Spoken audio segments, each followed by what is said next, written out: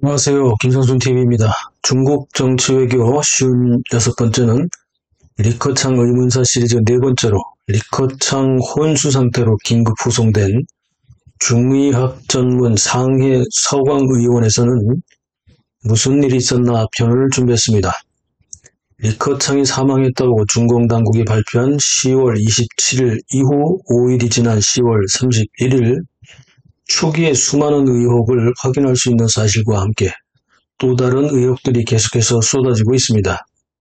10월 28일 리커창 의문사 시리즈를 시작한 이래 1편에서는 리커창 심장병 돌연사 4가지 의문점을, 30일에는 2편으로 리커창 총리 타살 5단계 공작설, 31일에는 3편으로 리커창과 친위대 내부의 반시진핑파 연합 쿠데타 음모론을 소개해드렸습니다.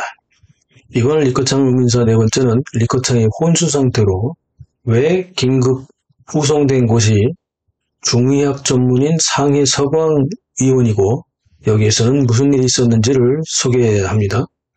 중공의 관변 언론의 발표에 따르면 리커창은 10월 26일 오전 11시 상해 공산당 고위층 간부들을 위해 설립한 영빈관인 동계호텔 수영장에서 수영을 하다가 갑자기 심장마비를 일으켰고, 동계호텔과 가장 가까운 거리에 있는 13분밖에 걸리지 않은 중의학 전문병원인 상해 서광의원으로 급히 후송했다고 발표했습니다. 그리고 최선을 다했지만 리커창은 다음 날인 27일 0시 10분에 사망했다고 발표했는데요.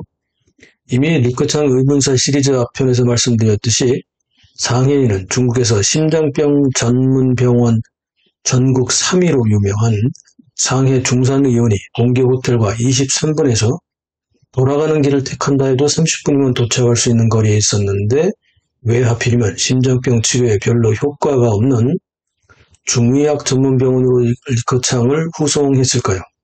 상해 중산의원은 심장 관련 응급 환자에 대해 무려 96%의 치료 성공률을 자랑하는 병원인데 왜 여길 가지 않았을까요?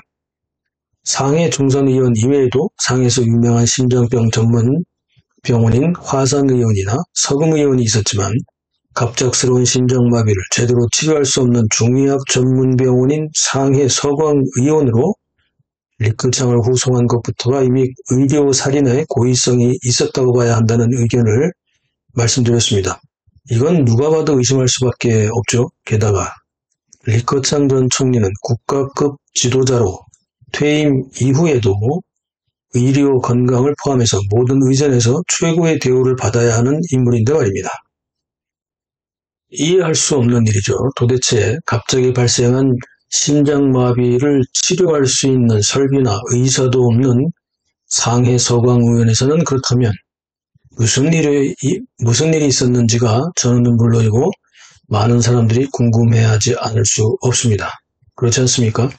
중의학 전문병원인 상해 서광의원에서는 도대체 무슨 일이 있었을까요? 자료를 찾다 보니 상해 서광의원에서 근무하는 의료진들 중에서 익명 인터뷰나 몰래 개인적으로 SNS에 올린 영상과 종합한 내용을 입수하여 소개합니다.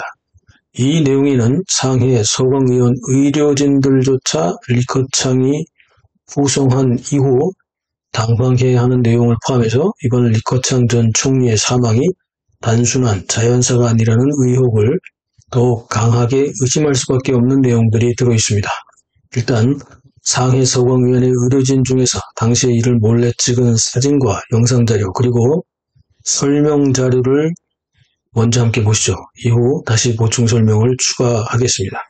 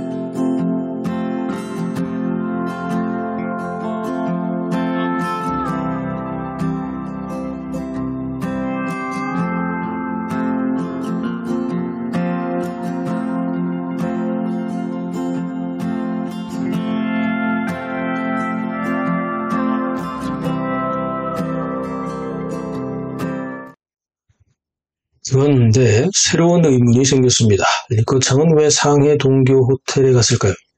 신화사의 보도에 의하면 휴양을 하기 위해 상해로 갔다는데, 그렇다면 리커창의 부인인 청홍은 왜 함께 없었을까요? 새로운 의문점에 대해 조사를 했더니 다음과 같은 내용들이 또 발견되었습니다. 리커창이 올해 3월 중미에서 퇴임당하고 난 뒤에 한동안 외부 활동이 없다가 5개월이 지난 8월 31일 감숙성 돈황의 막고구를 방문했다고 합니다. 리커창은 작년 20차 당대회에서 감숙성을 대표하는 위원으로 선출되어 당대회에 참여했는데요. 퇴임 이전에도 감숙성을 한 차례 방문했지만 퇴임 이후에 퇴임 인사를 겸하기 위해 감숙성을 방문한 것으로 볼 수 있습니다. 중공은 리커창의 돈황 방문을 보도하지 않았지만 대만의 중앙통신사가 며칠 지난 9월 4일 보도하면서 해외에도 알려졌는데요. 그만큼 시진핑은 리커창을 퇴임시키고도 눈안의 가시처럼 여기면서 총리 재직 시처럼 언론에서 활동을 봉쇄시키고 차단시키는 졸렬한 짓을 계속해왔던 것입니다.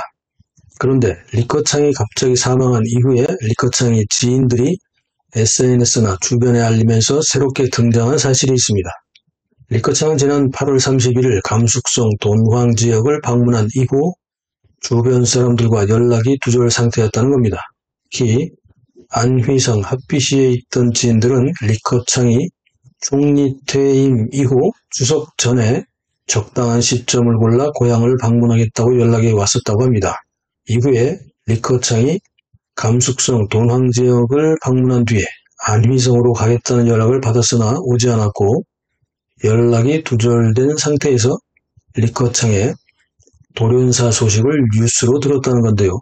그렇다면 리커창은 감숙성 돈황 지역을 방문한 이후에 가택연금 상태나 안가에 구금된 상태였었을 것이고 신화사의 보도와는 달리 상해 동교 호텔 방문도 휴양이 아니라 일종의 연성 구금 상태였다는 추론이 가능합니다.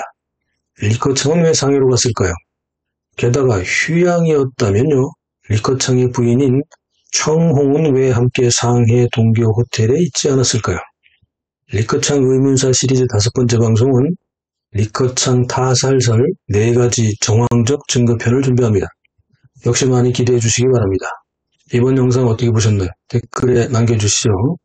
SNS 공유, 구독, 알림, 좋아요 눌러서 응원해 주시기 바랍니다. 감사합니다.